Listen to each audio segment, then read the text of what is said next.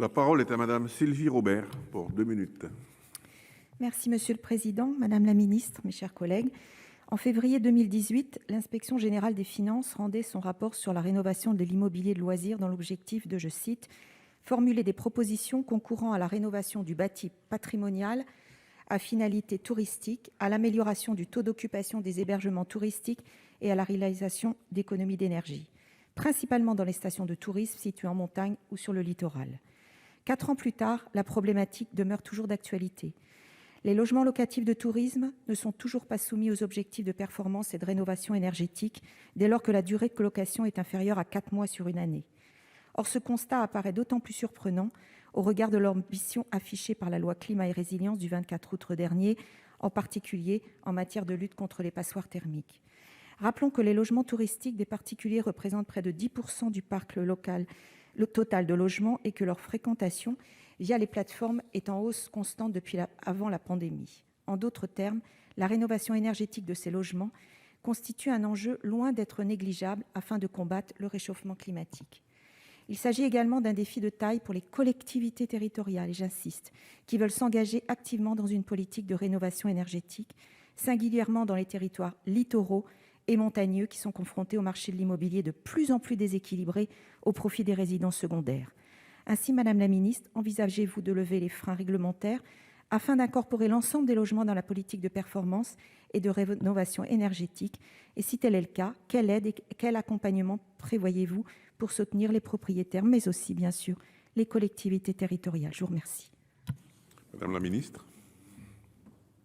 Merci Monsieur le Président, Mesdames et Messieurs les sénateurs. Madame la sénatrice Sylvie Robert, vous m'interrogez sur l'application des obligations de rénovation énergétique fixées dans la loi Climat et Résilience aux logements locatifs de tourisme.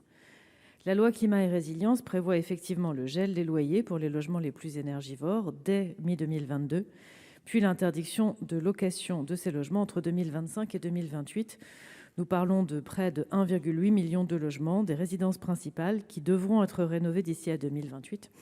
Et pour cela, nous avons déployé plusieurs outils d'accompagnement.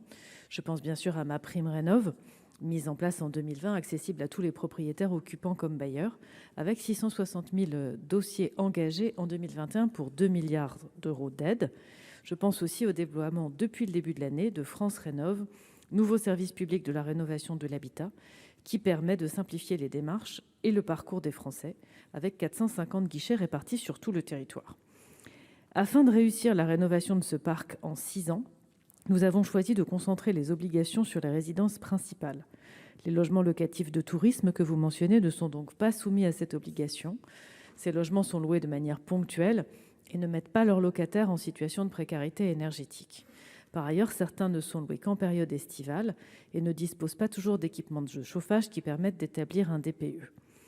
Pour autant, même en l'absence d'obligation, les propriétaires ont tout intérêt à les rénover.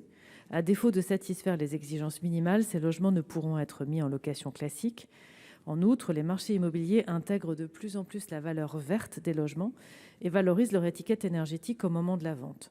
Enfin, pour les sujets de logement de résidence touristique à la montagne, ce sujet a été pris en compte dans le travail mené actuellement par le gouvernement et les communes de montagne sur le plan montagne, avec une foncière que la Caisse des dépôts pourrait mettre en place.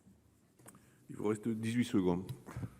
Oui, rapidement, merci beaucoup Madame la Ministre. Donc il y avait effectivement le logement montagne, mais aussi le littoral. Je me dis que si ça ne s'applique pas à l'ensemble des logements, c'est vrai que ça pourrait mettre à mal les politiques publiques de l'habitat et de transition écologique. Et je pense que c'est un enjeu important pour demain. Je vous remercie.